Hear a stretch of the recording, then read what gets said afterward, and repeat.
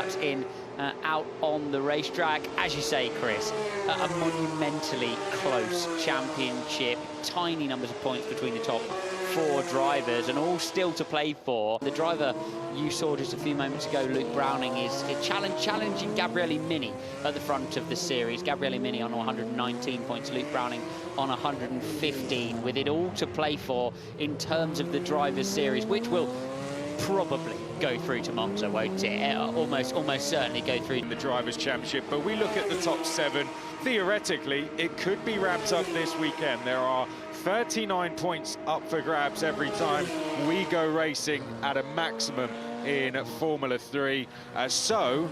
With a gap of 4 points between Gabriele Mini and Luke Browning, he could go and wrap this up this weekend if things were to go absolutely perfectly for him, and very, very badly for some of the drivers behind. That this has been the most competitive in history. So if you are tuning in for the first time, you've come with us at a very good time. But as Alex referred to, the Teams Championship, there's a very good chance as we ride on board with one of the Prema Racing drivers, that could be wrapped up this weekend.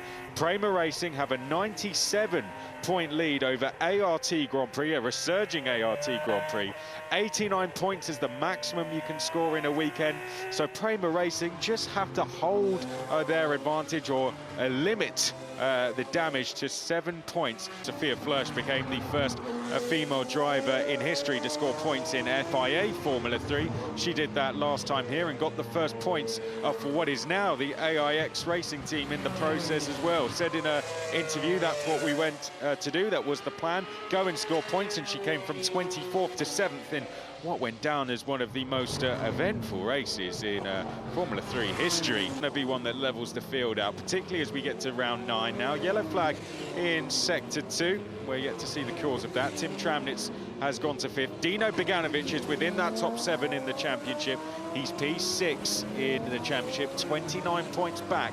You do look back at that first round where he didn't quite get off the line from pole position and wonder what difference that could have made had he gone on and converted that to a win in the championship. Let's have a look at Alex Dunn. This might have been the cause, Alex. Yeah, so he's heading down to the Piff-Paff chicane, Dunn. I think he's going to lock up that inside front and just go skimming across the gravel. It's super slippery there, slipperier than the rest of the racetrack in wet conditions, especially on the race line. And look how much water there is stuck inside the grass there, particularly in these conditions. As we have a look at our new driver, Tuukka Taponen has been called in to replace Nikola Solov this weekend. He's the reigning Formula Regional Middle East champion. He won that series over the winter, beating Taylor Barnard comfortably to the title.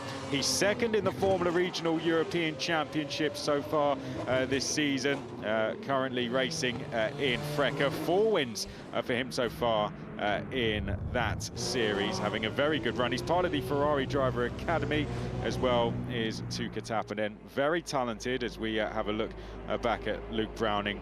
But what does the Finnish driver have to do this weekend? I guess this a great audition for him.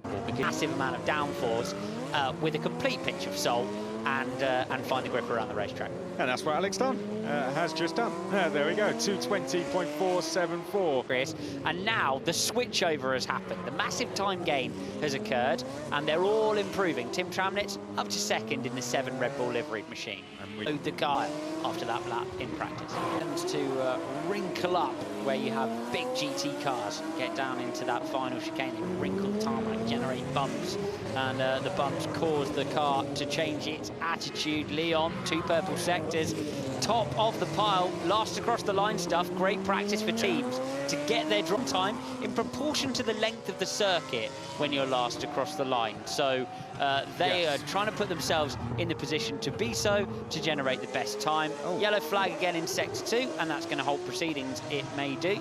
That's Genta, that's I think Matthias Sagazeta it is, who has spun round and at Speaker's Corner, and we'll get going. So no harm done to himself or the session, and we continue on. Yeah, drops it through the exit of Speaker's Corner. I wonder if he beached it in that outside gravel. Gravel around so much of the circuit added in recent times. We love to see it.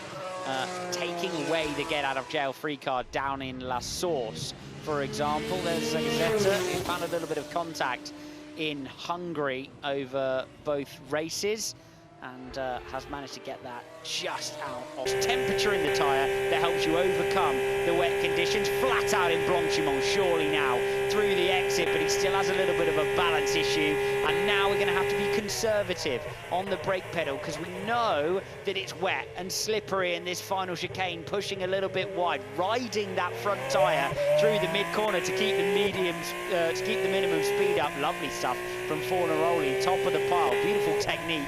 Immediately though, ousted by Tramnitz, who was just a few hundred metres back down the road. May have grabbed a little toe there, Tim Tramnitz. Let's go to Luke Browning. Arvid Lindblad puts Prema Racing into, that will settle his nerves as Luke Browning comes across the line and goes P3. Charlie Wirtz is also looking quick for Genza Motorsport winners here last year. Martini Estenchel makes it a 3-4 for the high-tech team as Ollie Girth goes P4. Certainly does. Normal grip conditions, say race control. I think that might be a little bit optimistic. Yes. But getting towards it, aren't they? On these hard compound tyres that are carryover tyres. They will be on the medium compound in dry conditions through the rest of the weekend. Wirtz, first car, his driving style, 17th, becomes first again across the line. Yellow flag though out, and we'll see which sector that's in. He's certainly enjoying himself. P1, and quite comfortably as well. Oh, Santiago Ramos has come to a halt at the final chicane.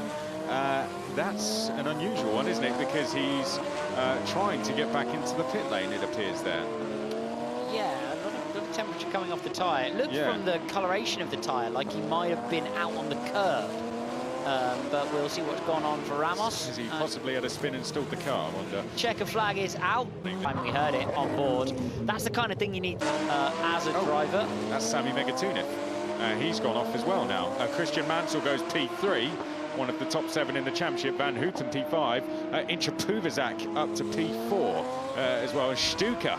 Kasper Stuka into the top 10. Let's see what happened to Sami. That's Santiago. Oh, and Sami went off as well. I think in avoidance, possibly. So Ramos looks like he's had a... Hey everyone, thank you for watching these F3 practice highlights for the Belgian Grand Prix. If you want to kind of keep up with the F3 season, subscribe to my channel, try and reach 2,000 subscribers, and upload all kind of highlights, practice sessions, qualifying, some other content as well. So I'm sure you'd like it. Give me a subscribe, try and reach 2,000 subscribers. Again, thank you for watching, and peace.